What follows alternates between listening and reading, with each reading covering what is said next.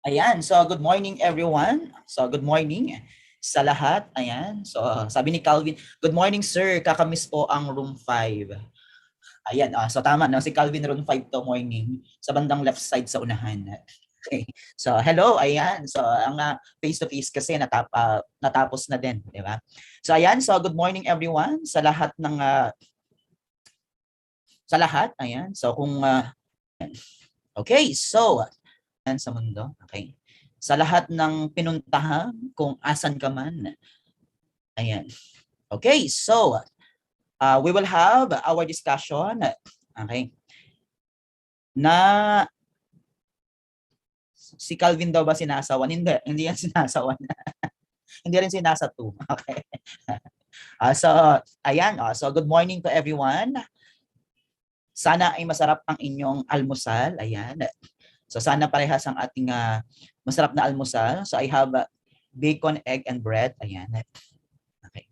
Sa mga hindi pa nakakain na almusal, ayan, kumain habang nag-discuss.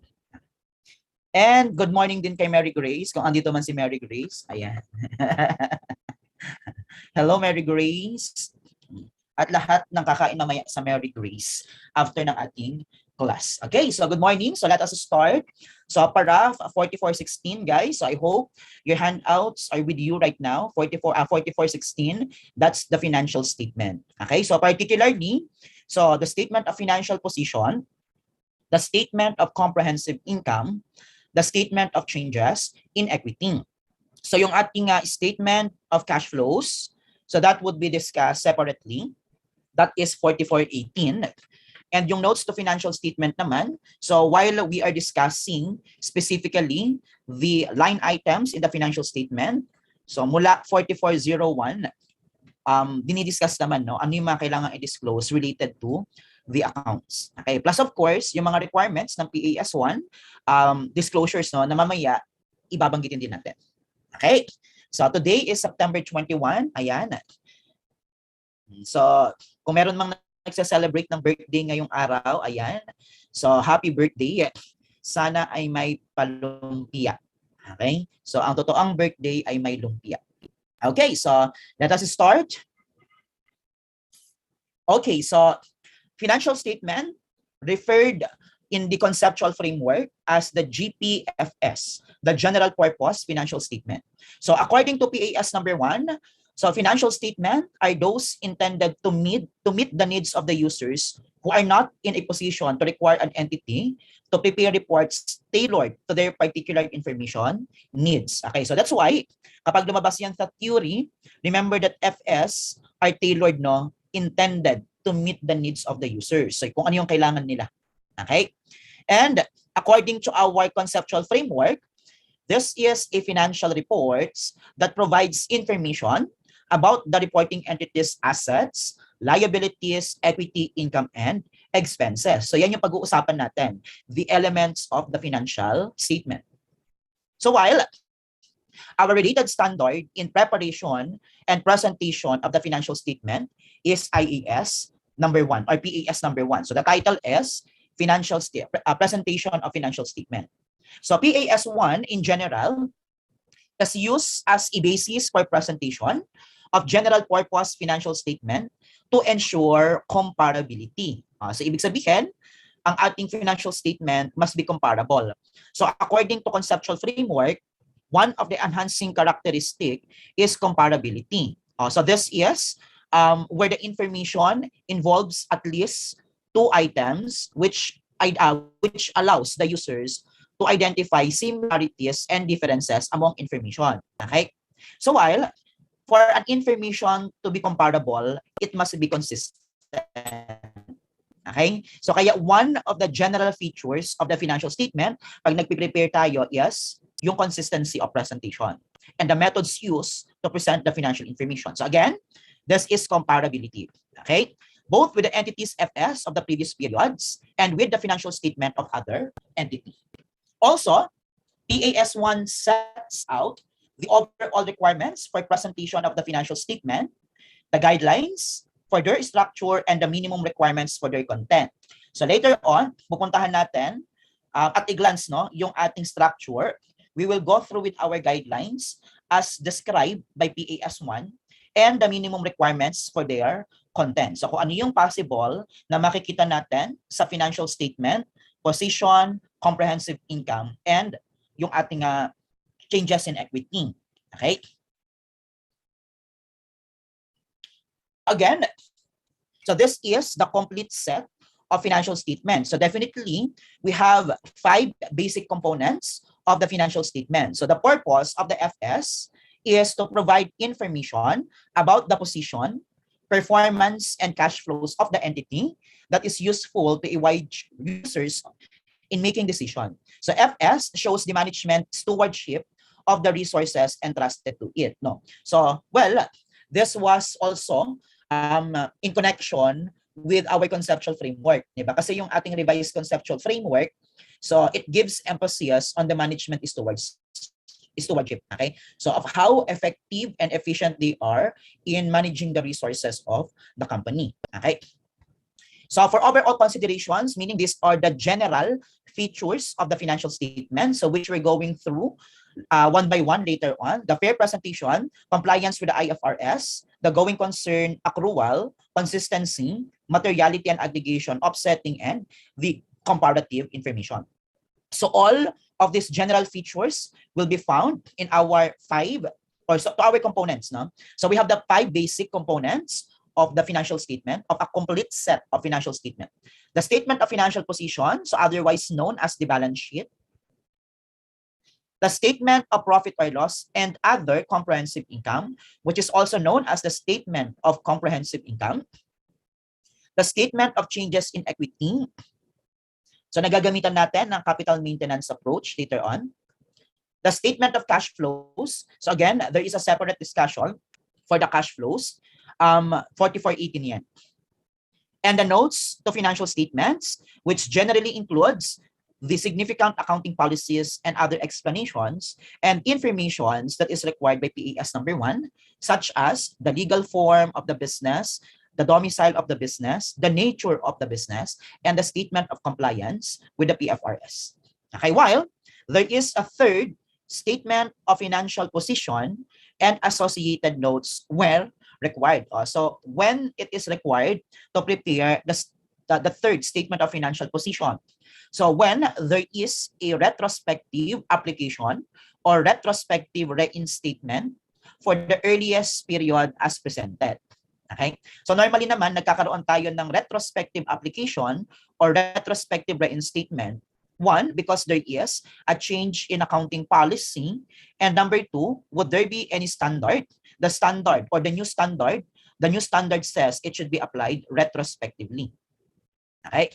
So but basically, we have 5 complete set of financial statements. Okay? Position, performance, o yung ating statement of comprehensive income, equity, changes in equity, cash flows, and the notes. Okay? So ang ipo-focus natin dyan is yung first 3, the position, so which is reporting assets, liabilities, and equity at a specific date.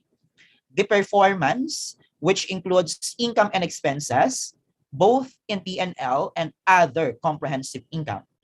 Changes in equity, so although we already learned, no? So what are those transactions affecting our equity? So magkakaroon tayo ng quick glance and discussion, no, about the statement of changes in equity, because it was thoroughly discussed, no, by Sir Chris, okay, yung ating buong equity and the retained earnings.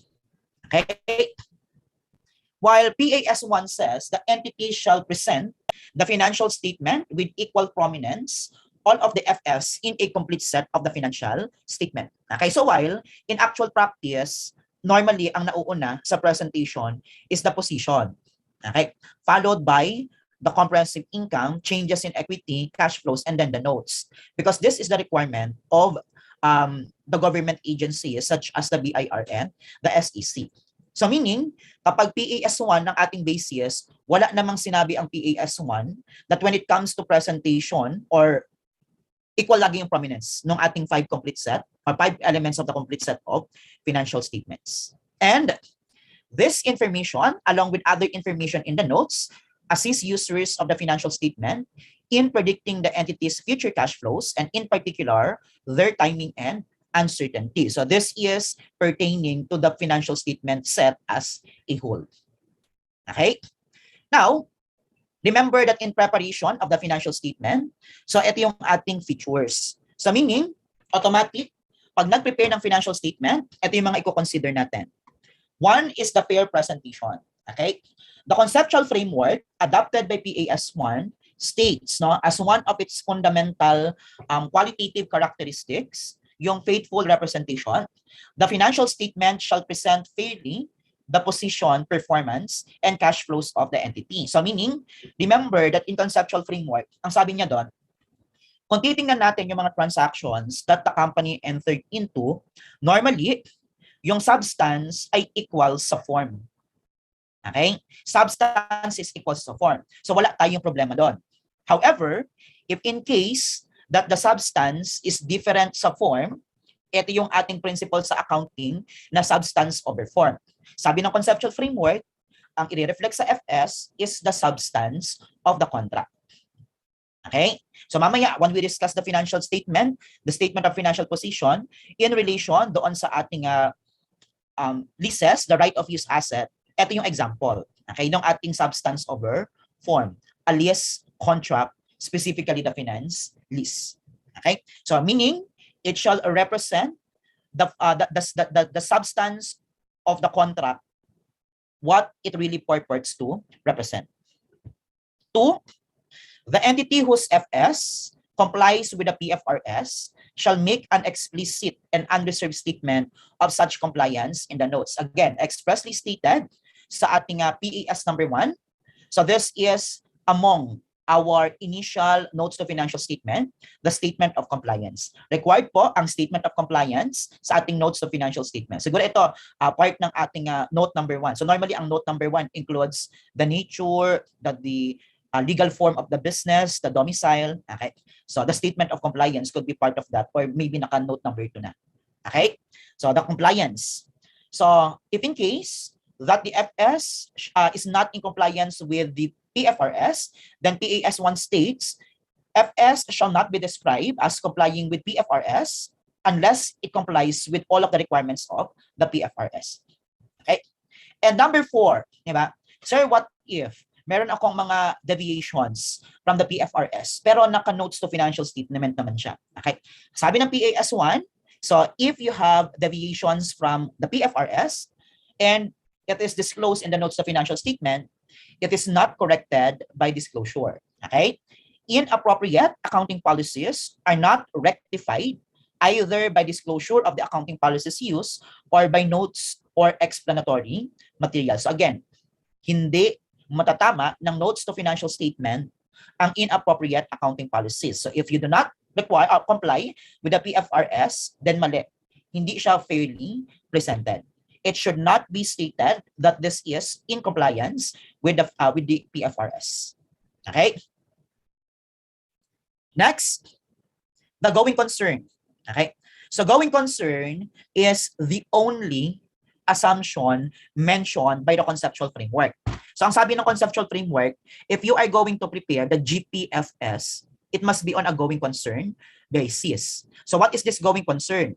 That the company will continue its operation for a foreseeable future. Okay? So in relation to our going concern, so these are the tasks of the responsible party.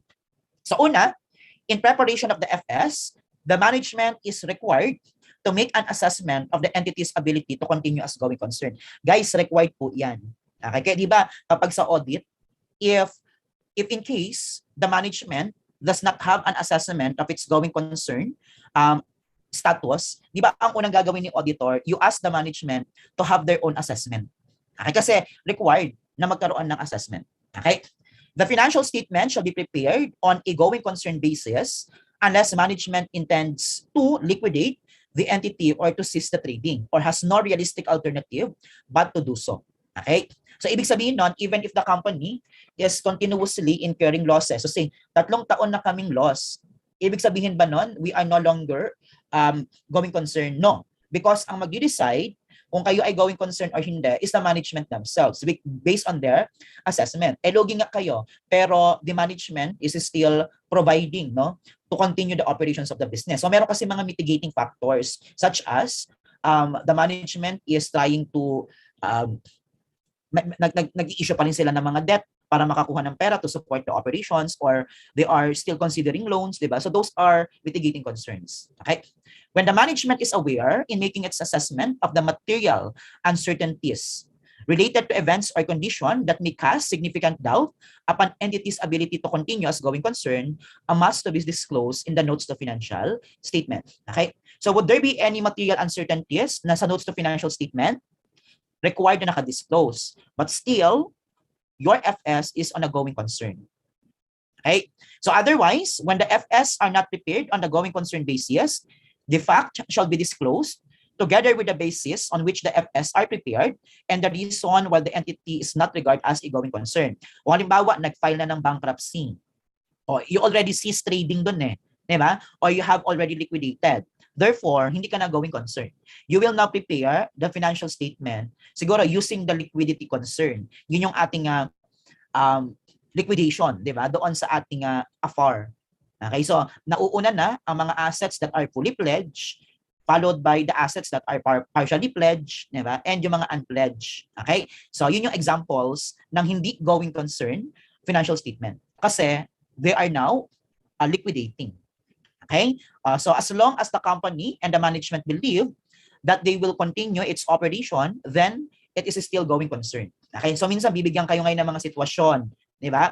So kahit bigyan kayo ng mga worst situation, but the management still doing something to continue the operation, still it is going concern. Okay? So ito yung ating going concern assumption. The only assumption that is mentioned by the conceptual framework. So ibig sabihin, kapag binasa mo ang conceptual framework, isa lang ang makikitang assumption in preparation of the FS. Correct? And that is the going concern. But remember, pagdating natin sa FS preparation, PFRS is also used, di ba? Which is the use of the accrual principle. Okay? So the accrual basis of accounting is used to prepare the financial statement except for cash flow information, because the cash flow information should be cash basis, di ba? Kasi sa statement of cash flows, ang nakikita natin doon is the actual inflow and outflow of cash. Therefore, the only financial statements, of course, no, yung notes naman, explanatory yon. The position, the performance, and the changes in equity shall be presented using the accrual basis of accounting. So normally, ang accrual basis of accounting focuses on the recognition of income and expenses. Income is recognized when it is actually earned. Okay? And expenses are recognized when it is actually incurred. So kailan na-earn yung income? When the performance obligation is or are satisfied. Okay? Pwedeng a point in time or during a period of time. Okay? Expenses are incurred. So kaya nagkakaroon tayo ng mga accrued expenses. Okay? So for consistency of presentation, again, the key to achieve comparability is consistency. If we are preparing the FS, kapag ginanong sa theory, di ba, the basic objective of preparation of the FS is to achieve ang sagot, comparability. Okay? So, to achieve comparability, we need to be consistent. Okay? So, comparability is the goal, while consistency is the key to achieve the goal. Okay? So, we need to be consistent in presentation. So, such that, say for example, yung ating method used, no, to compute the ending inventory. So kung weighted average, the weighted average dapat ang ginamit natin for comparative periods. Guys, pag sinabi natin comparability or comparative periods, it is not only the amounts that are being comparative, but also the explanatory information in the notes to financial statement are also comparative. Kaya makikita nyo sa FS, pati yung ating explanation covers the period, at least 2 periods. Materiality and aggregation, okay, so our general features. So normally, ang sabi ng ating conceptual framework and PAS1, each material class of similar items shall be presented separately in the financial statement. Items of the similar nature or function shall be presented separately unless they are immaterial.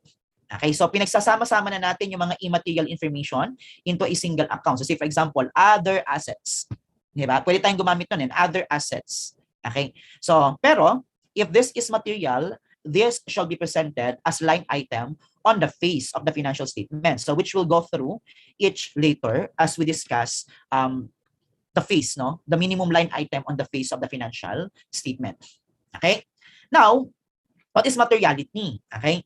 Materiality, according to our conceptual framework, this is an entity-specific aspect of relevance. Okay? Ano ba yung relevance?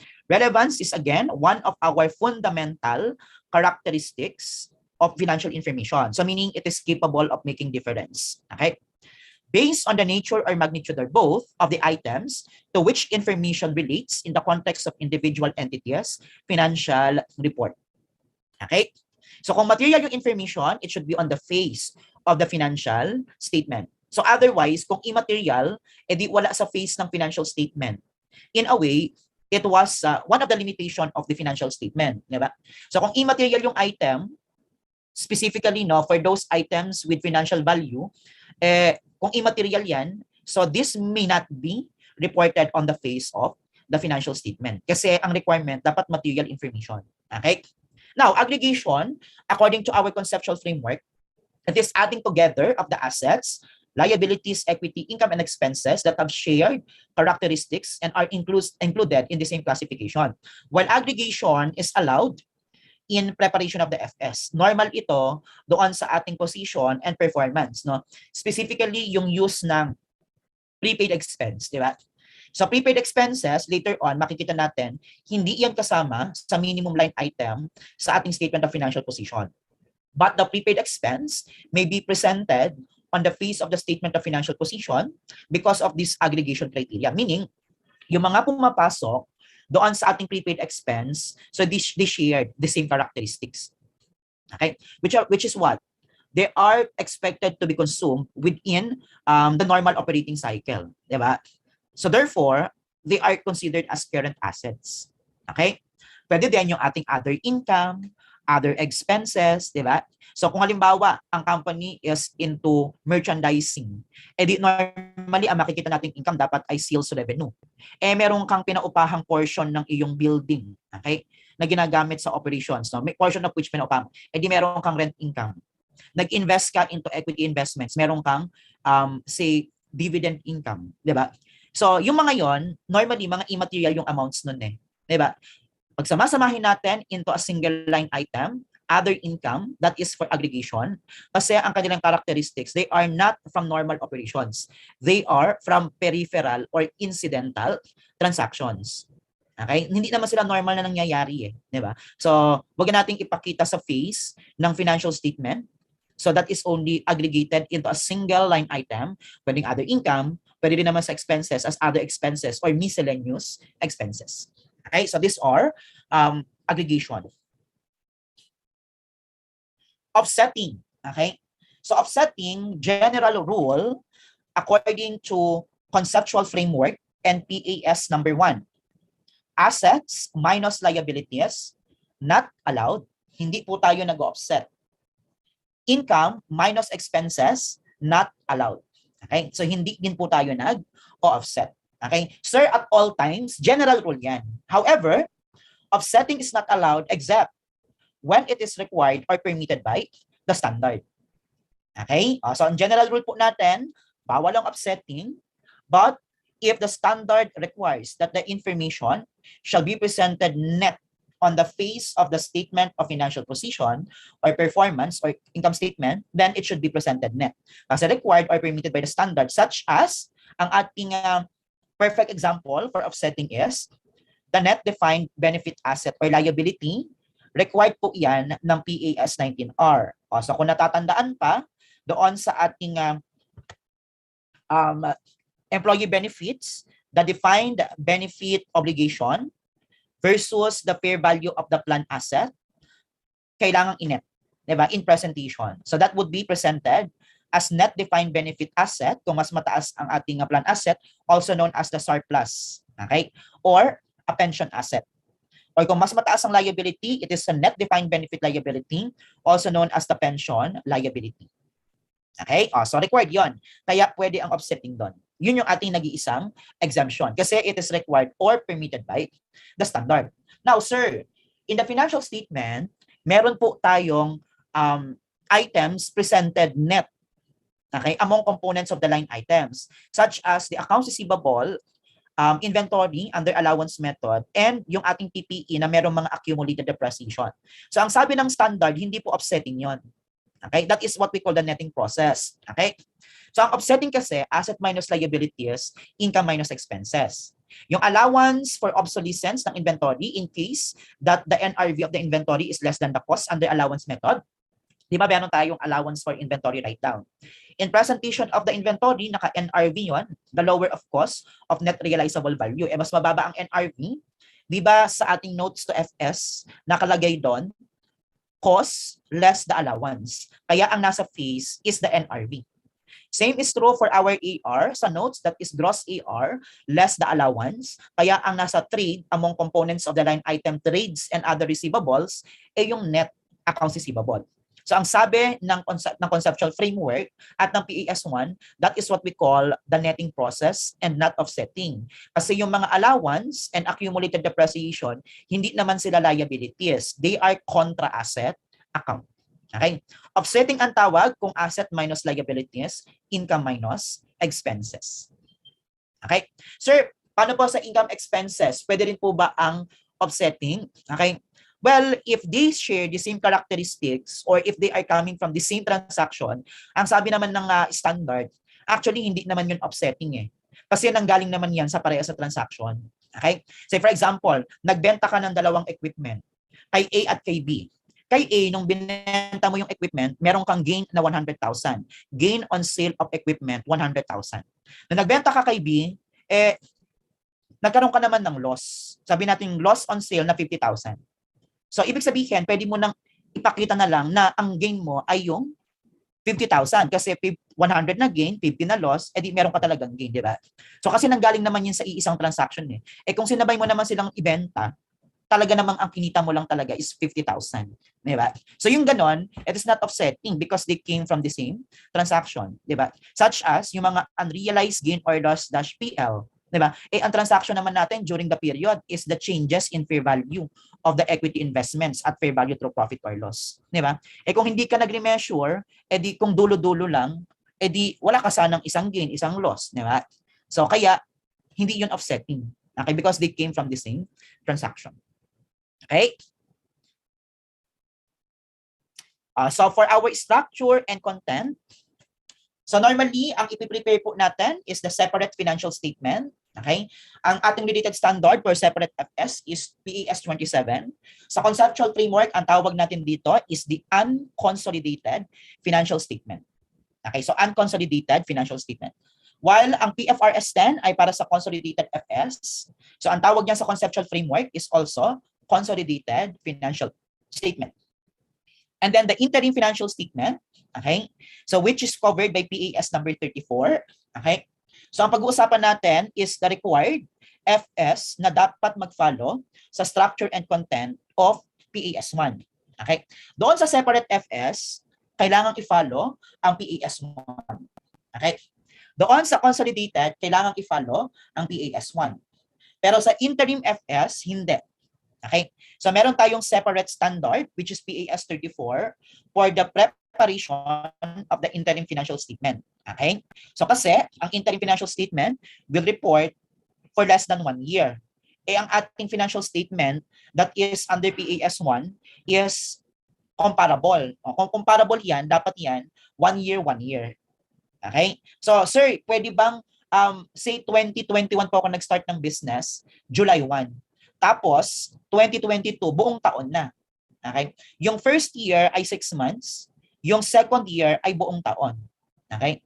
Walang problema doon. But, pwede po tayong mag-report ng information na less than 12 months or less than 1 year, provided that the disclosure and the explanation is disclosed in the notes of financial statement and the reason kung bakit less than 1 year yung ating prior year FS. Okay? Same is true for a longer period. Okay? So pwede po ba tayong mag-report ng mas mataas or mas mahaba sa 12 months? Yes. Provided that it is disclosed, the reason and the explanation, and ilalagay po sa notes that the information are not comparable. Hindi po magiging comparable ang information kung hindi parehas ang period na pinipresent natin. Okay? So again, for interim FS, hindi magpa-follow sa structure and content ng PAS1. Okay? However, for general features, parehas except for the comparative information and the frequency of reporting. Kasi ang PAS1, ang frequency of reporting at least once a year or at least annually. Okay? Kaya ang ating FS normally naka-annual. Okay? So ayan ha. So for the applicability of PAS1 to the FS na ipiprepare natin. So separate yes, consolidated yes, for interim hindi. Now, in terms of the components of the FS, ito yung ating 5 basic components of the complete set of financial statement. Position, comprehensive income, cash flows, changes in equity, and notes to financial statement. So ang nag-iisa na hindi nag-report for a period of time is the FS related to position. That is the statement of financial position because it reports at a point in time or at a specific date. So ang ginagamit natin is as of, as at, or simply say December 31, 2022. Pero for other FS component, that is for the period ending or for the period ended, say December 31, 2022. Okay. So ito ang required na makita natin sa heading ng ating financial statement. Okay.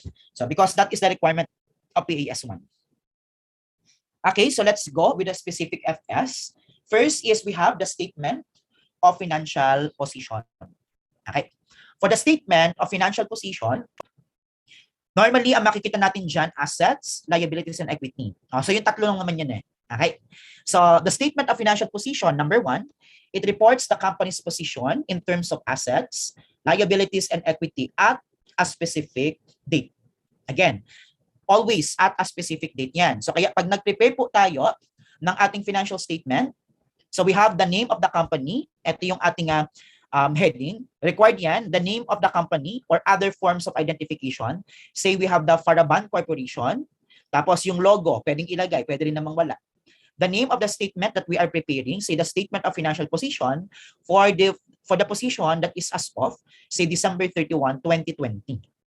Okay? So required yan. So for assets, okay? So when an item is considered as an asset, okay? So this is coming from our revised conceptual framework. So ang sabi ng conceptual framework, an asset is a present economic resource controlled by the entity as a result of past event. Kasi yung buong position, hahatiin natin sa dalawa. The resource or resources and the claims. Okay? Ang resource natin is the asset. Ang claims natin, liability and the equity. Okay?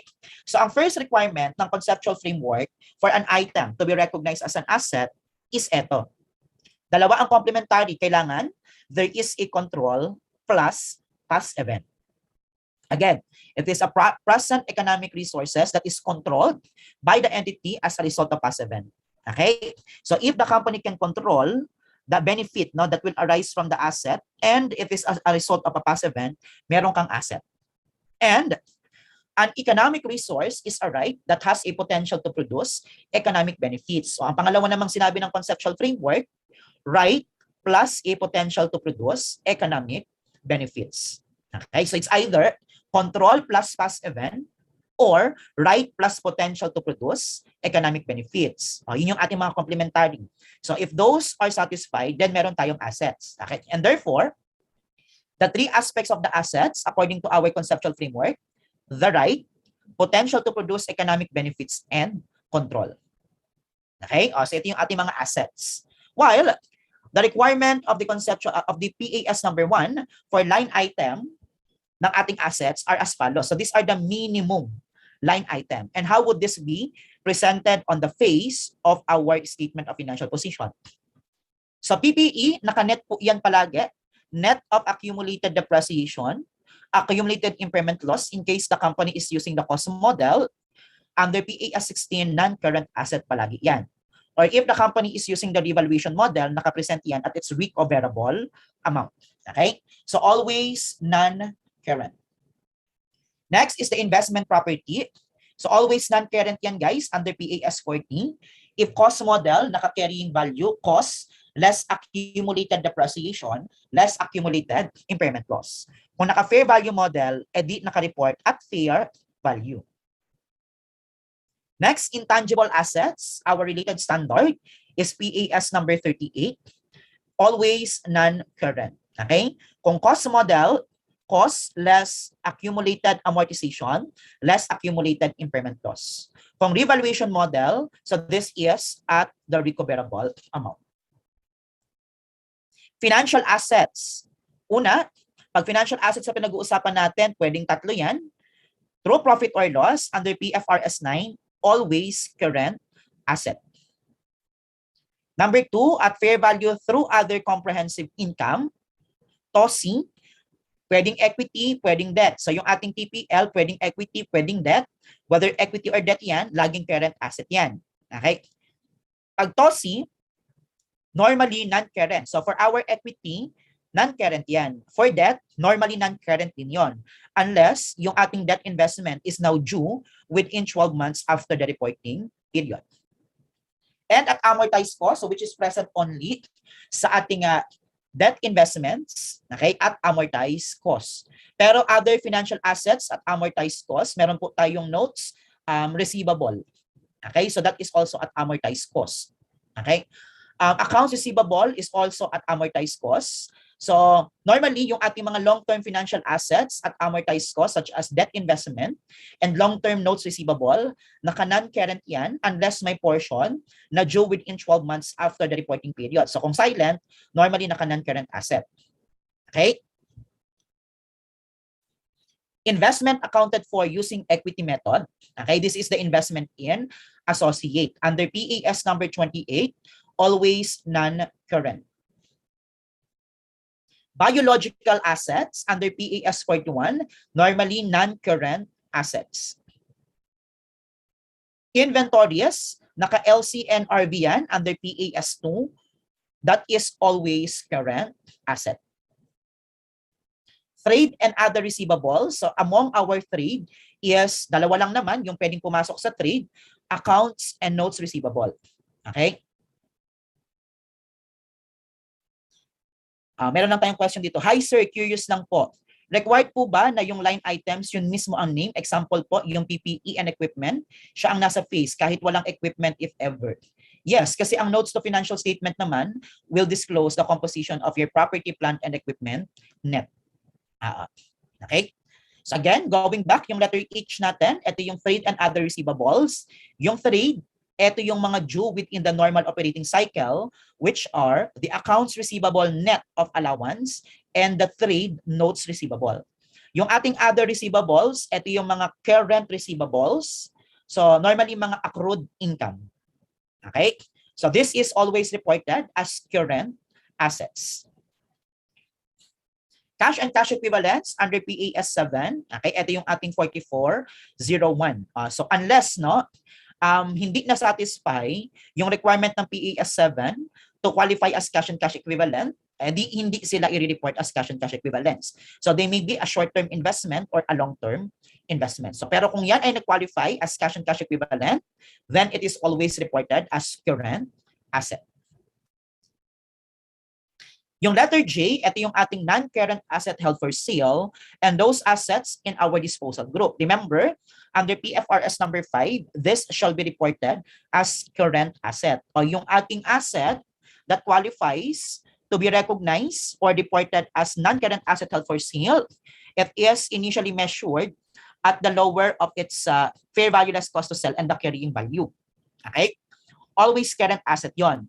If there is a disposal group, yung asset ng disposal group shall be presented separately as a asset of the disposal group. So, i-classify natin yan as non-current asset held for sale. Okay? So, that is always current, always current assets. And, so baka magtaka kayo, letter J, biglang naging letter O. Okay? Kasi sa ating standard, letter O na yan. Pero since assets yung pinag-uusapan natin, meron po tayong deferred tax para sa ating deferred tax asset. Under PAS 12 yan, always non-current. So, ang sabi ng PAS 1 deferred tax asset and deferred tax liability shall not be reported as current. Kaya ang classification po natin for deferred tax asset and deferred tax liability will always be non-current. So kaya ang DTA, non-current asset. Again, regardless of the timing of expected reversal. So kahit mag-reverse niya next month, that is still reported as non-current. Okay? So ito yung ating minimum line items on the face of the statement of financial position. Kung merong kanya mga items na yan during the period, it should be on the face of the statement of financial position. Okay? So pwede nyong i-screenshot itong slide na to para mamaya gagamitin po natin yan pag nagsagot tayo ng ating handouts. Specifically, pag nagsagot tayo asking for the current and non-current portion of the assets or non-current and non-current classified as assets. Okay? So yan ha. Now, according to PAS 1, the entity or the asset shall be classified as current when it satisfies any of the following criteria. So, kung hiwalayin natin yung assets into current and non-current portion, so this is the criteria set forth by PAS number 1. Apat to, if one of the following was satisfied, o pwedeng isa, pwedeng dalawa, pwedeng tatlo, or pwedeng lahat. Okay, basta isa lang naman na requirement. Automatic current yung ating classification. Okay? Number 1, it is expected to be realized in or is intended for sale or consumption in the entity's normal operating cycle. Okay, now, how do we define operating cycle or the normal operating cycle according to our conceptual framework and PAS number 1? So, this is the period of time normally required by the accounting entity to convert cash invested in inventory back into cash or 12 months, whichever is longer. Again, whichever is longer.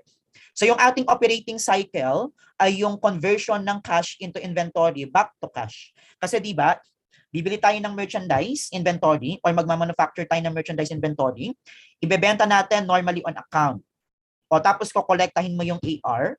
Yung period na bumili ka ng inventaryo, binenta mo, convert sa AR, kinolekta mo yung AR to cash, ang tawag natin doon is operating cycle. Or 12 months, whichever it is, longer. Okay? Kaya yung mga accounts receivable, they are considered to be trade. Okay? Trade sila kasi they are expected to be realized in the normal operating cycle. Kapag nakita na yung ating accounts receivable at saka notes receivable is trade, which is, ang AR is always to presumed to be trade. Okay? Ang ating notes receivable, pwedeng trade or non-trade, pero if the problem is silent, considered trade yon. Say for example, sinabi lang sa problem, notes receivable, 100,000, walang other information na binigay. Considered trade yon, so therefore, kasama yan sa ating current asset. Yung mga intended for sale in the normal operating cycle, ang example niyan, inventaryo. Diba? Inventory. Yung or consumption in the normal operating cycle, normally, ito yung ating mga prepaid expenses. Okay, now, kung babalikan natin yung ating PAS number 1, diba? Ito, di ba walang prepaid expense dyan? Diba? Wala sa minimum line item ng PAS 1 ang prepaid expense. Ngayon, so there may be a question in your mind. Sir, wala po sa line item yung prepaid expense. Sometimes po, meron ako nakikitang financial statement na gumagamit ng other assets. Allowed po ba yon? Yes, allowed yon. Ang sabi ng PAS 1, kung wala dyan yung mga items, pwede kang magdagdag. Provided na yung idadagdag mo is relevant for understanding of the entity's financial position. Yun lang naman ang requirement ng standard eh. Wala ba dyan sa ating minimum line item?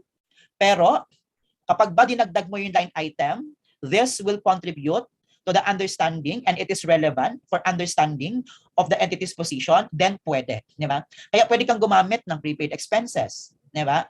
Pwede kang gumamit ng other assets. Allowed yon kasi ang presumption, ang sabi ng standard ay if that is relevant for understanding, walang problema. Idagdag mo. Okay? Meron naman yang notes to financial statement eh. Okay?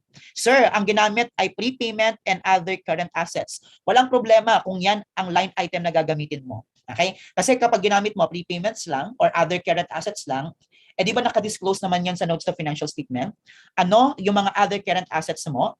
And what is your criteria for classifying other current assets or prepayments? Okay? Since wala yan sa ating line item, pwede kang bumuo ng sarili mong line item provided it is relevant for understanding of the position of the company. Okay? Kaya kasi itong ating number 1F, yung consumption in, yung mga prepayments, these are normally expected to be consumed within the normal operating cycle, di ba? So such as supplies, di ba? Prepaid insurance, di ba? Prepaid rent. Okay? So these are expected to be consumed in the normal operating cycle. Okay? Kaya lahat ng yon i-report natin as current. Number 2, it is held primarily for purpose of being traded. Inventory, di ba? Ba't ka bumili inventaryo? Kasi ibebenta mo, di ba? Aside na yan ay ibebenta within the normal operating cycle, it is also intended for sale, di ba? Kaya ang inventory talagang current asset yon. Ano pa?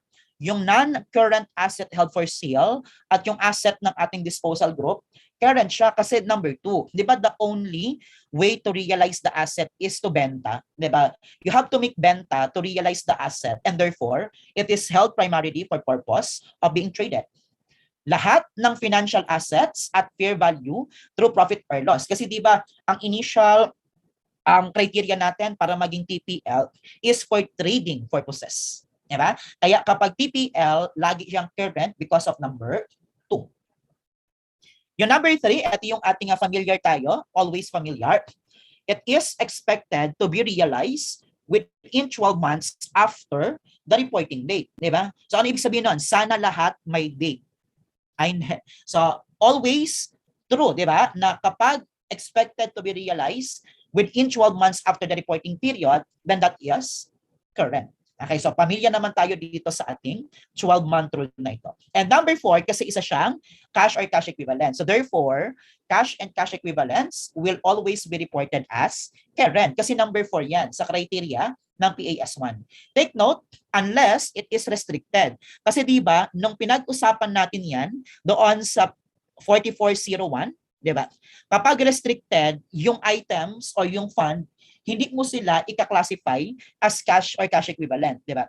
So they may be classified as short-term investment or a long-term investment. Okay? So hindi magko-qualify yan kapag restricted, pwedeng short-term investment or long-term investment. Okay? So ito yung 4 na criteria ng PAS1 to qualify as current asset. So pwede nyo yang i-screenshot. Okay? Madali naman tandaan yan di ba? Yung ating 4 na criteria. Okay? If hindi po na-qualify isa sa ating 4 na criteria, then it is non-current. Diba? So such as PPE, investment property, intangible assets, diba? While yung ating deferred tax asset, diba?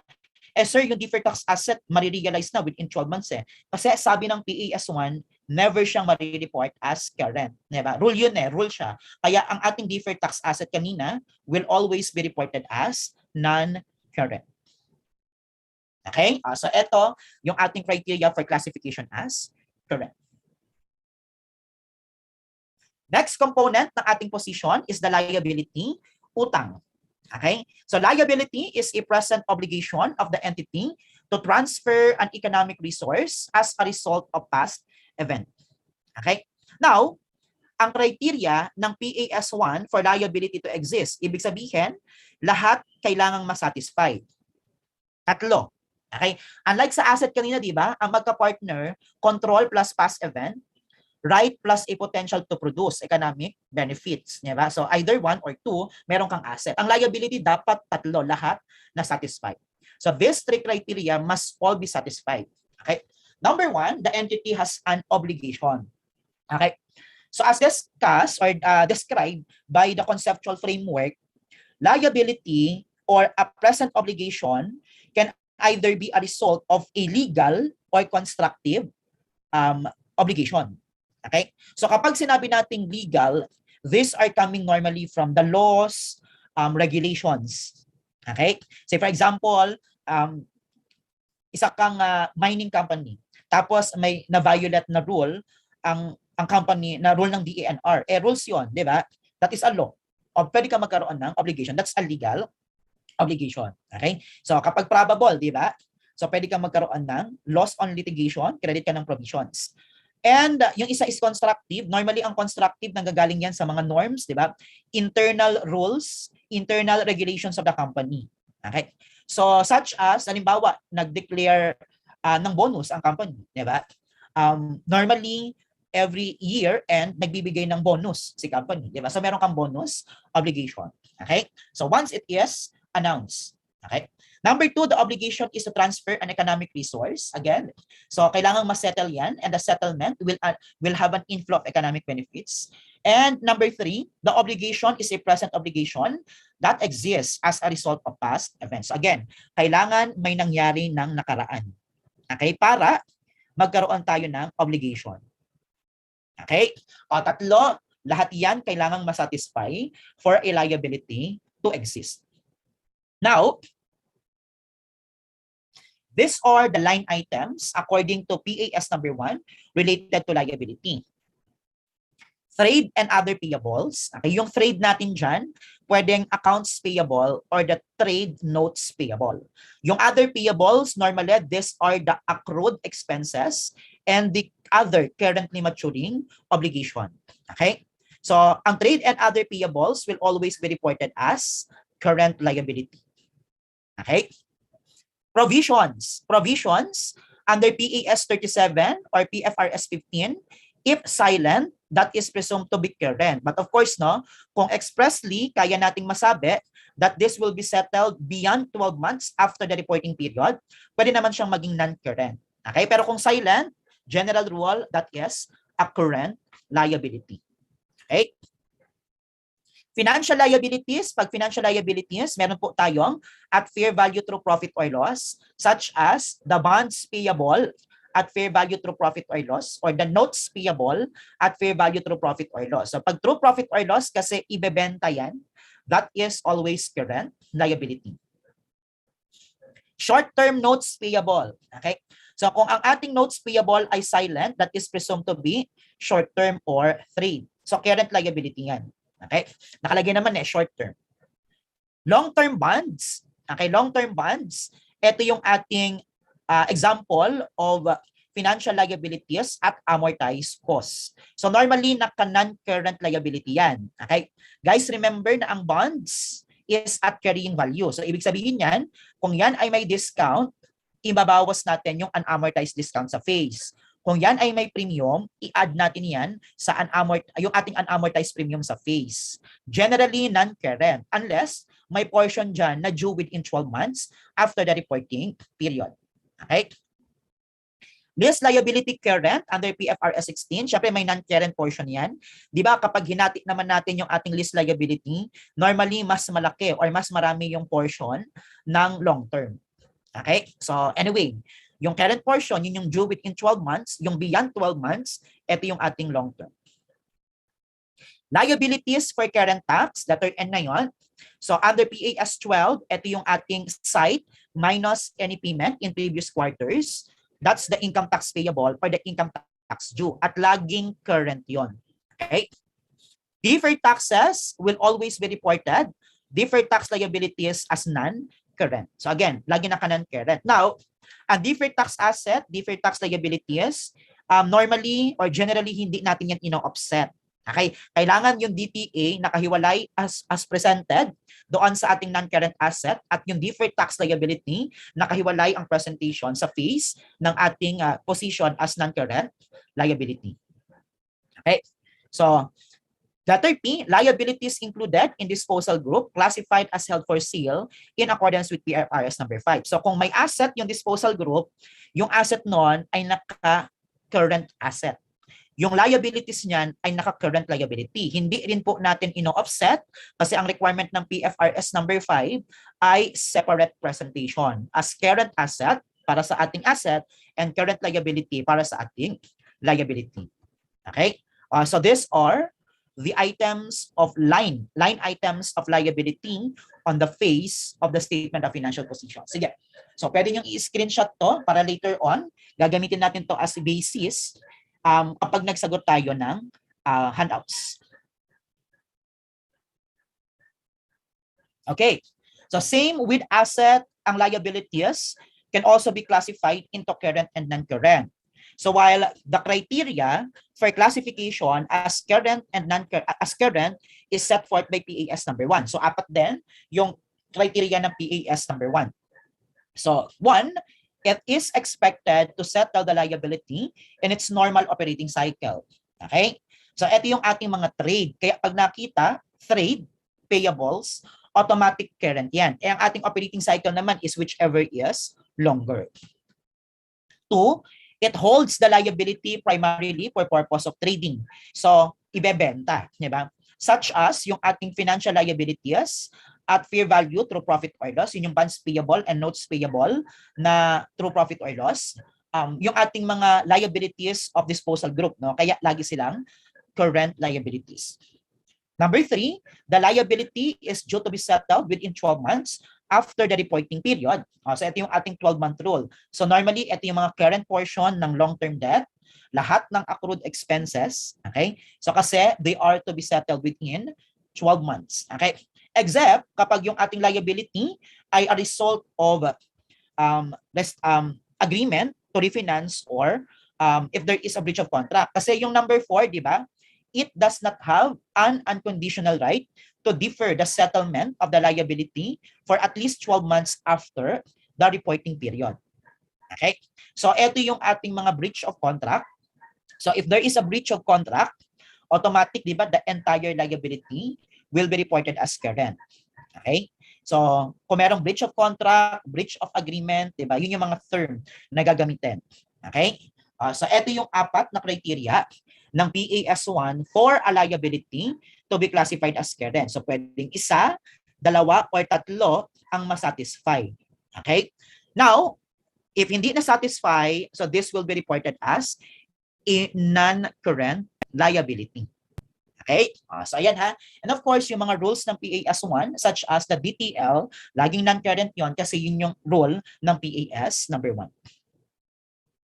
Sir, question, ano po ang longest possible na operating cycle? This is depending on the industry. So say for example, real estate. Di ba? Pag real estate industry, hindi ka normally nakakokolekta agad eh. Yun, mga 2 years siguro kapag real estate industry. Ayan. So iba-iba ang ating operating cycle. Nakadepende yan sa industry. Ngayon, for longest possible, I cannot perfectly tell what is the longest possible because this will always depends on the industry, no, where the company is operating. So part yan ng nature na dapat naka-disclose doon sa ating financial statement, notes to financial statement. Part ng nature of business, ayan, domicile, legal form of the business. Okay? So I cannot exactly answer yung possible longest normal operating cycle. So insurance company, ito mga 2 years din siguro ang insurance companies, di ba? So pero meron namang mga less than say mga 1 month, di ba? Okay naman 2 months lang yung kanilang operating cycle. So kaya pag ganoon 1 year yung ating considered no as normal operating cycle. Kasi whichever is longer. Okay? So yan nakadepende kasi yan sa industry. Okay, and the third component of our statement of financial position is the equity. Okay, so ang equity ay napakadali based sa ating conceptual framework and PAS1. Ang equity ay parang kayo. Okay, bakit parang kayo? Kasi tira-tira. Okay, equity is a residual interest in the assets of the entity after deducting all its liabilities. Again guys, malinaw. Ang equity ay parang kayo kasi tira-tira. Okay? Hindi iyan tax expert. Okay? So hindi iyan attorney. Okay? Okay? So hindi ha. So dapat wala yang mali siya. Okay? So while equity claims are claims on the residual interest of the assets of the entity after deducting all its liabilities. In other words, they are claims against the entity that do not meet the definition of liability. Kasi di ba, ang position hahatiin natin into resources, asset yon, and claims, liability and equity. Since ang equity ay tira-tira, uunahin natin lagi ang liability. Okay, so kung ano ang natira, then that is the shareholders' equity or the equity or the capital. So sometimes equity is referred as the net assets. So meaning total assets minus total liabilities, that is your capital. Okay? So yun yung ating equity. Now, kung tayo, well, yung equity naman, so this was thoroughly discussed. Na-discuss na yan ni Sir Chris, no? So thoroughly. So kung tayo yung users of the financial information, ito yung makikita natin as line item for the equity. Ang requirement ng PAS number 1, una, we have the non-controlling interest. Okay? The non-controlling interest required na ipakita sa ating equity. Okay, the NCI kasama yan. So even the total comprehensive income pertaining to our controlling and non-controlling interests, kasama yan. And of course, yung portion ng ating controlling interest related to issued capital and reserves attributable to owners of the parent. Diba? So yung issued capital natin and reserves, normally ito yon. Ito ay naka-disclose na sa notes to financial statement. Yung Q&R, ito yung line item. Non-controlling interest, issued capital reserves attributable to owners of the parent. Okay? Yung ating share capital, di ba? We have the ordinary, preference, share dividends distributable, equity yan. Share premium, mga examples, we have the excess of par value, share premium from treasury shares, share options outstanding, share warrants outstanding. Yung treasury shares naman, hindi yan share capital, it is a contra equity account, a deduction to our total shareholders equity at cost. Okay, deduction yan. Retained earnings, a part of our equity, whether appropriated or unappropriated, pumapasok po yan as part of our equity. And of course, yung ating other comprehensive income, net of tax. Okay, net of tax. Kasi di ba kapag nag-record naman tayo sa ating sa ating OCI, may mga deferred taxes yon, di ba? So naka-net na ng tax yan. Okay, so OCI, net of tax. Okay? So pwede nyo i-screenshot to. So this will be our minimum line item for the equity. So again, yun yung Q&R. Okay? And then, yung mga nasa baba, ito normally makikita natin sa notes to financial statement kasi required pong ipakita yung ating reconciliation of the beginning and ending balances of the accounts. Ito yung ginagawa natin na table, di ba? Beginning transactions hanggang ending balance. Okay? So these are the equity of the company. Sige, so pwede niyo i-screenshot to ha. So para gagamitin natin yan later sa pag-answer ng ating handouts. Okay. Now, the second information that we can get, kanina kasi yung number 1 natin, di ba? It presents the asset liabilities equity of the company as of a specific date. O yung pangalawa, it helps the users of the financial statement to assess the financial liquidity. Okay, so pag sinabi nating liquidity, this is the amount of time that is expected to elapse until an asset is realized or otherwise converted into cash. Liquidity is the ability of the company to convert items or assets into non-cash assets into cash. No? So gaano kabilis siya na makakapag-convert into cash? Kasi meron siyang maturing obligation. Liquidity is pertaining to the ability of the company to pay its maturing obligation. Okay? We have the financial flexibility. It represents the ability of the firm to access and restructure its financing at a low cost. Solvency, it is the ability of the company to meet its long-term debt and other financial obligations. Ito naman may kinalaman sa long-term. Kung ang liquidity ay short-term, ang solvency ay long-term. So normally yung tatlo, liquidity, financial flexibility, and solvency, these are the information that we can found on the financial position and will help the user to assess whether the company is sound or not. Okay? Of course, credit risks, so these are disclosure, and business risks, these are also disclosure. Okay? So, ito, yung tatlo normally yung ating point of reference when it comes to position, liquidity, flexibility, and solvency. Now, the position will also helps the users kasi it will contribute to the financial reporting by providing the basis of rates of return. So, syempre, ang makukuha natin dyan ay yung liquidity ratios, di ba? And solvency ratios, such as yung current ratio, quick ratio, di ba? Current ratio is the ratio of the current asset and current liabilities. So, siguro, mini-measure natin, gaano kataas yung chance na yung company ay makakabayad ng kanilang current obligations, di ba? Ang quick ratio is at the best possible time or yung pinakamabilis na oras, di ba? Na makapag-convert sila into cash. Those are the liquid assets. Tatanggalin lang natin yung inventory. Okay? So it also helps the company to evaluate the capital structure or the users pala to evaluate the capital structure, determine how much is financed by the investors, and assessing liquidity, solvency, and flexibility of the entity. Sir, hello po. What if yung subscriptions receivable po i-deduct sa SHE? Paano po siya i-present sa FS? Eh di nasa notes to financial statement kasi tingnan natin, balikan natin. Okay? Ang line item na normally makikita natin sa ating financial position, financial position for equity, non-controlling interest, issued capital and reserves. Okay? O kung mag-present ka ng issued capital, eh di ordinary share capital yan, di ba? Pwedeng meron kang subscribed share capital, naka-net na yan sa face.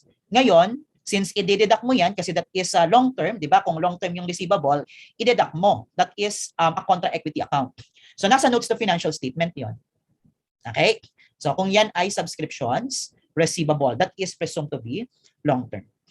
Okay? Naka-note to financial statement siya. Okay? So sa face, naka-net na siya. Okay? So yun yung ating uses. But of course, ang ating position will also have the limitation, such as omission of items with financial values for purpose of presentation. So if you can still remember yung ating aggregation, di ba? So pwedeng hindi na mag-reflect as line item kasi hindi naman yan material. So pagsama-samahin na lang natin into a single item. Okay? So, o kaya naman, it will only be disclosed in the financial notes of financial statement. Okay? Judgment and estimates are used to report items in the FS, so such as yung depreciation and budget expense. So same din naman yan sa ating comprehensive income kasi nga ang depreciation expense and budget expense pumapasok sa P&L. Historical cost is more prominent, hence current fair value is not reported. So remember, ang ating position mostly naka-historical cost, di ba? Mga PPE natin, investment property, intangible assets, di ba? So this is an argument, no, even in the current day or even up to date, di ba? So some of the companies are arguing na hindi talaga naka-reflect sa totoong value yung asset nila kasi they are reflecting the historical cost. So which the PFRS is saying, di ba? Pero of course, meron naman silang other choice, di ba, which is to report this at fair value or recoverable amount. Okay, so if naka-historical cost, edi hindi talaga nag-reflect yung current value ng ating assets. Okay, so these are the limitations of the statement of financial position.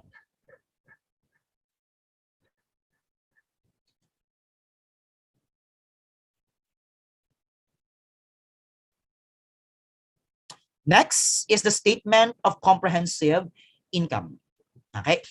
So ang statement of comprehensive income shows the company's revenue, gains, expenses, and losses during a period of time. So this time, period of time yan, kaya yung ating heading ng financial statement, nakikita po natin for the period ending December 31, say 2020.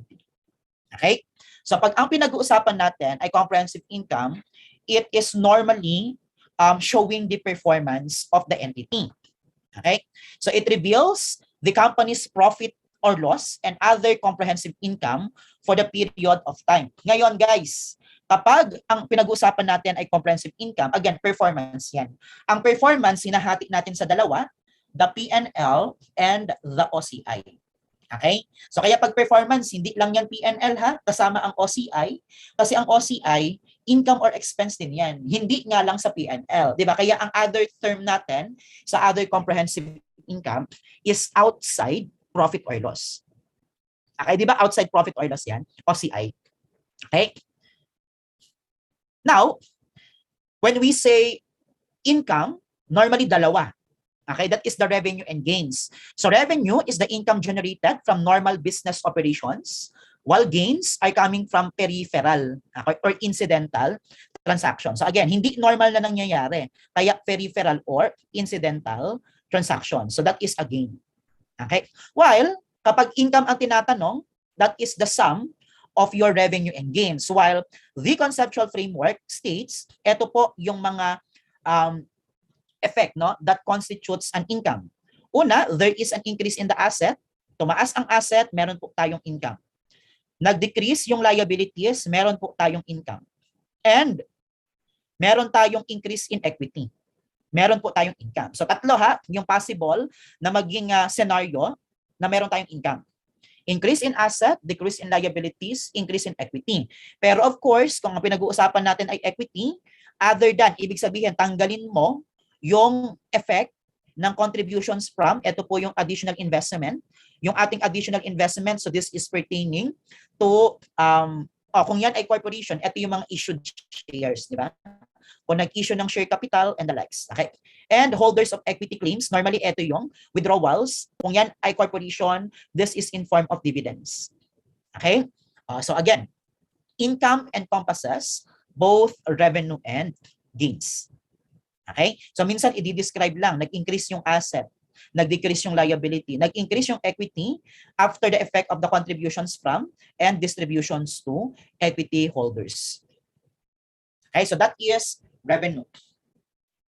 Next is expense. Ang term na ginamit ng conceptual framework ay expense. Generally, kapag expense, this is pertaining to operating expense.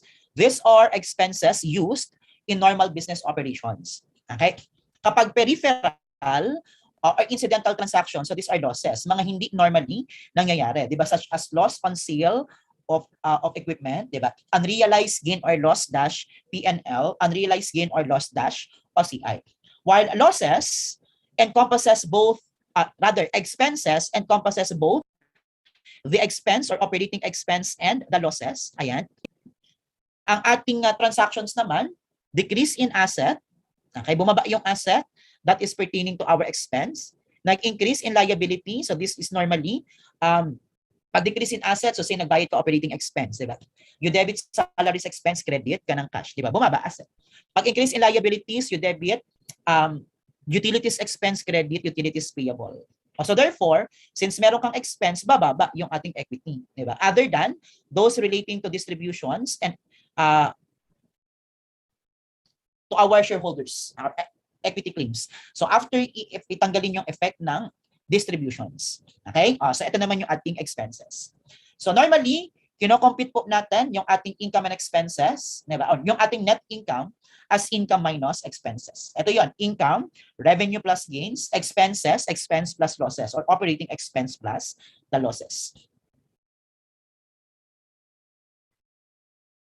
While the OCI, so these are items of income and expenses, no, that are not recognized in profit or loss as required or permitted by other PFRS. Diba? So di ba meron tayong mga related standards that requiring items to be reported in other comprehensive income. At ito yung mga yon. Changes in revaluation surplus, PPE and intangible assets. Remeasurements of defined benefit plans. Ito yung ating remeasurements sa ating plan asset in case hindi parehas yung ating actual return on plan asset and the interest income. Okay? And the remeasurement on our defined benefit obligation due to changes in actuarial assumption. Gains and losses arising from translating FS of foreign operation under PAS 21. Gains and losses from investment in equity and debt yan. So kasama ang debt, no? Designated at fair value through other comprehensive income. Okay, investment in equity and debt. Okay, pakidagdagan to debt, kasama ang debt investments. So ito yung ating UGOL-OCI and the effective portions of gains and losses on hedging instrument in a cash flow hedge under PFRS number 9. So ito yung 5 na normal na na-encounter natin.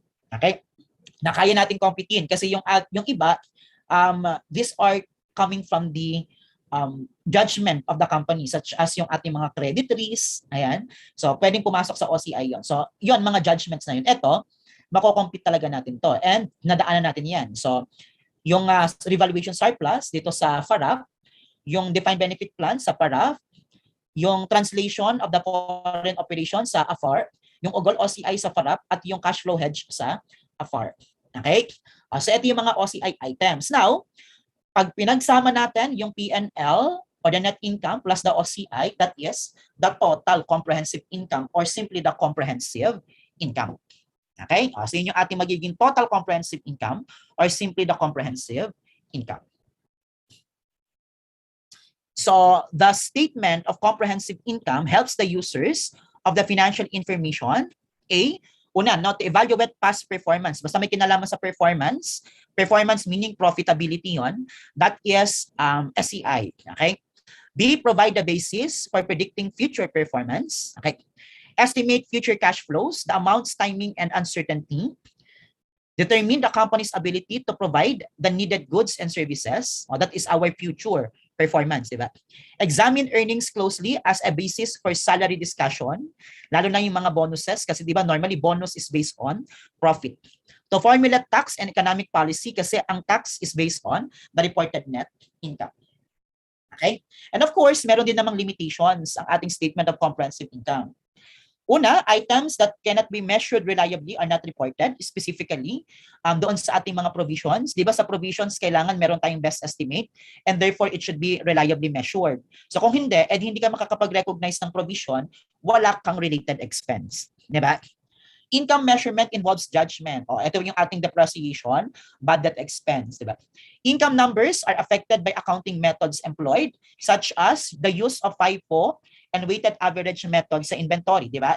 So normally, ang FIFO will result into highest ending inventory at cost and therefore may pinakamababang cost of sales, meaning mataas ang gross profit, di ba? Kung i-compare natin sa weighted average. So apektado. Depreciation method. Kung SYD, declining balance, normally mas mataas ang depreciation on the earlier years compared to straight line. Di ibig sabihin, mas mababa ang income on the earlier years kesa doon sa straight line. Okay? So yun yung ating number 3 na affected by accounting methods employed. Okay, since we have the policies that is adopted by the company to arrive at the amounts on the face of our financial statement. Naka-disclose naman yung mga yon. Pero however, ito nga yung mga limitations ng ating comprehensive income. Okay?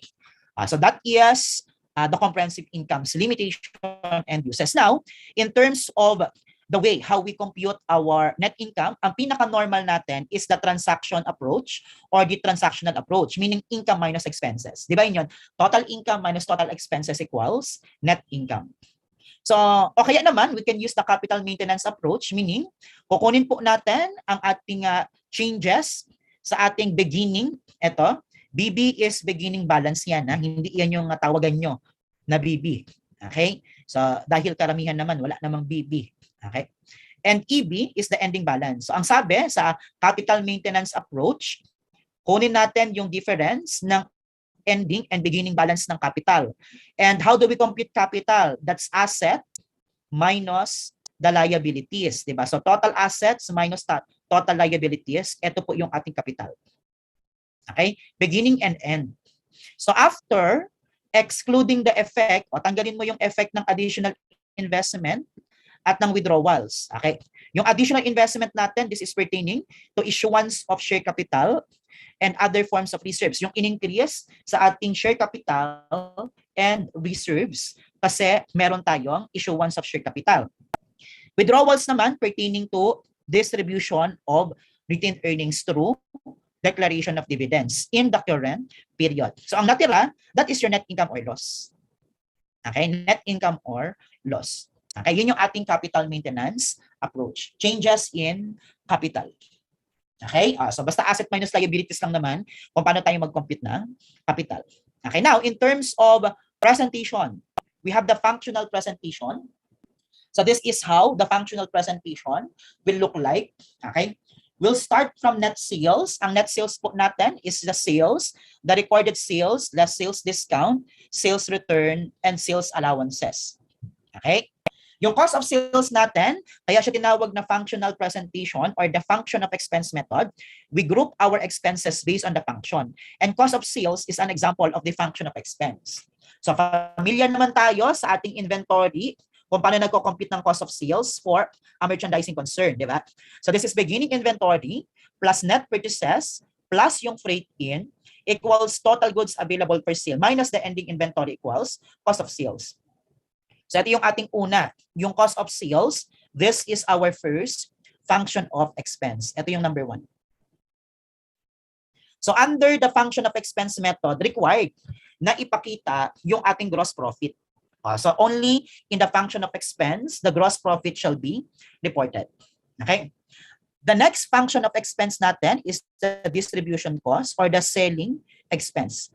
Lahat ng expenses incurred related to the sale of service or sale of goods andyan, such as the freight out, advertising expense, lahat ng may sales sa kanyang pangalan, sales commissions expense, depreciation of the store equipment, kasi nasa store kailangan mong ibenta, di ba? And the likes. Okay, kasi kailangan mo siyang ibenta. Number 3, ito yung ating pangatlong function of expense, so which is the GAA, the general and administrative expense. Okay?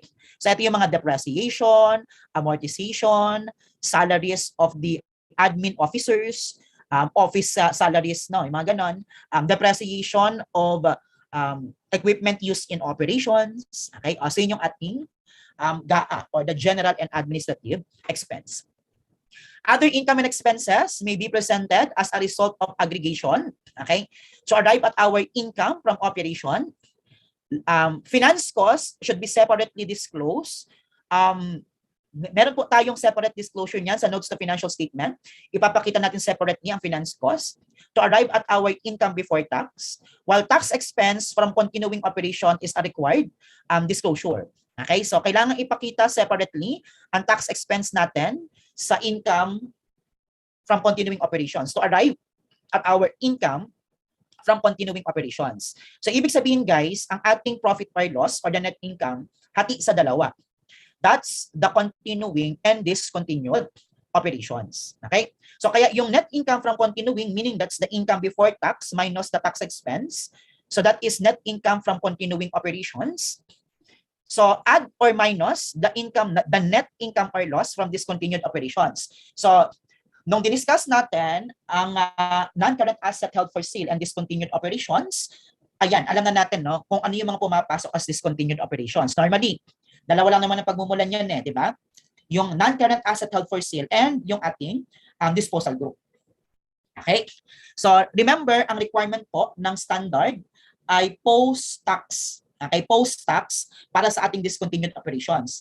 Hindi na ipapakita ang tax expense ng ating discontinued operations. Again, hindi na ipapakita ang expense ng ating discontinued operations. Ngayon, ang ating tax expense for discontinued, nasa notes na lang to financial statement. Pero wala sa face ng statement of comprehensive income. Unlike sa continuing, required na ipakita ang tax expense. Okay? So to arrive at our profit or loss, again guys, dalawa ang composition ng P&L, isang continuing plus the discontinued. Kaya pag tinanong, how much is the net income or how much is the P&L? Ang sagot, continuing plus discontinued. So after the P&L, right after, below the P&L or net income is the other comprehensive income. Ang requirement po ng ating standard ay i-present separately as line item ang components ng OCI. Di ba 5 yung OCI natin? So for purpose of discussion, dalawa lang yung nilagay ko, the revaluation surplus and the Ugol-OCI. Hindi po acceptable na yung ating OCI ay i-report mo, halimbawa OCI, tapos i-extend mo yung amount dito kung magkano, tapos yung composition, naka-notes sa financial statement, bawal. Ang sabi ng ating PAS1, this shall be presented on the face of the statement of comprehensive income as a separate line item post-tax. Again, itong revaluation surplus, ito, unrealized gain or loss, post-tax na yan, naka-net of tax. Again, net of tax na yan. Hindi required, hindi ipinapakita ang tax expense ng OCI items. Katulad ng discontinued, hindi pinapakita ang kanilang tax expense. Okay?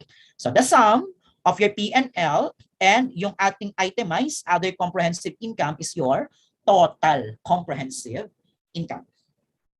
Okay?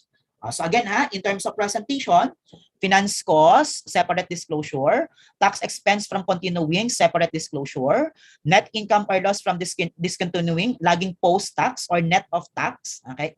Post-tax yan or net of tax. And then, yung ating OCI itemized, post-tax din yan or net of tax. Okay? So yan po yung ating requirement for the presentation under functional expense method. So meron tayong normally tatlong function of expense: cost of sales, distribution, and general and administrative expense. Okay? The other choice, guys, choice, ibig sabihin, pwede pong mamili si company kung functional or natural or the nature of expense method. Okay? So yung ating other choice is the nature of expense method or the natural presentation.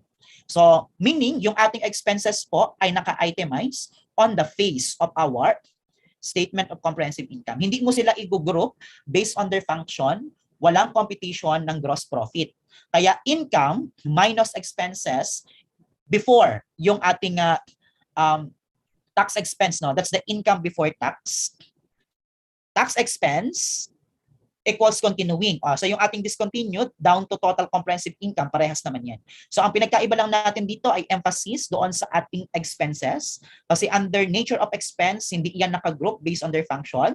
We should have presented our expenses based on its nature. Kaya siya nature of expense method. Again, choice yan ha. Kung choice ni company gamitin ang natural, okay lang. Kung ang choice ni company ay gamitin ang functional, okay lang. So wala namang nag-prescribe. Kahit ang PAS1, walang prescription, it is a choice. Okay? Now,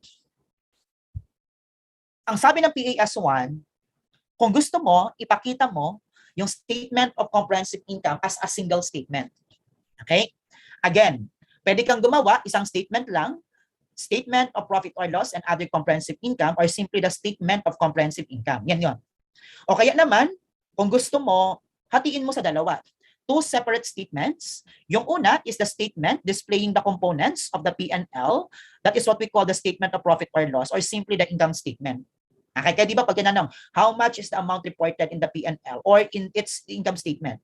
P&L lang yon. Okay, so meaning continuing plus discontinued.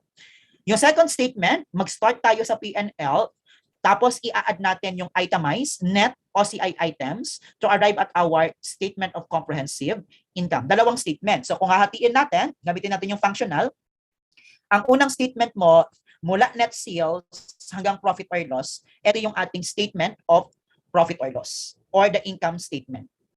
Okay? So the profit or loss statement or the income statement.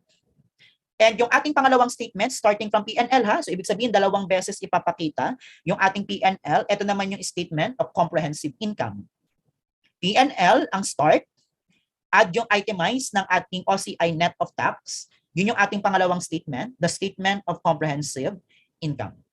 Okay? O kaya naman, yung single statement, mula net sales down to total comprehensive income, which is yun yung normal. Again, which is yung normal. So again, meron kang choice na single statement ba or a two separate statement.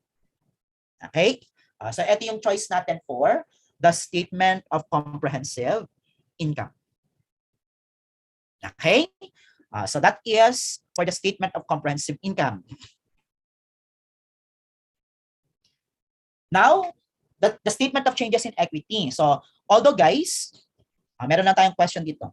Sir, paano po kapag tinanong how much is the comprehensive income? Ang sagot mo, P&L plus OCI.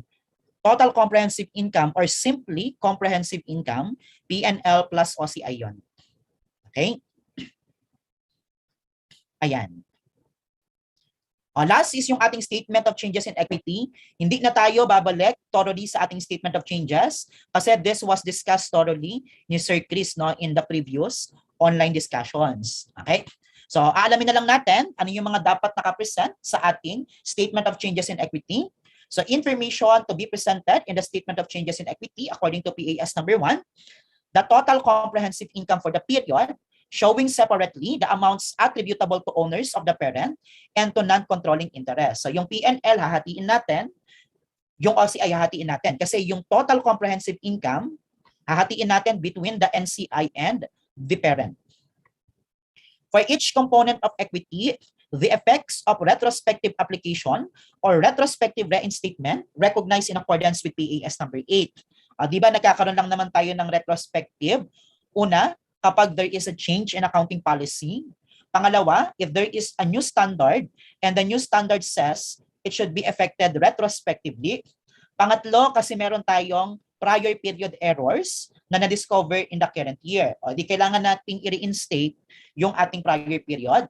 information. Okay? So normally, kapag ang naapektuhan ay income or expenses, nasa retained earnings naman yung effect nun. Di ba? Nasa RE yung kanyang effect. And for each component of equity, a reconciliation between the carrying amount at the beginning and at the end of the period, separately disclosing changes resulting from. So this is exactly what we are doing pag nagko-compute tayo ng total shareholders equity. Di ba?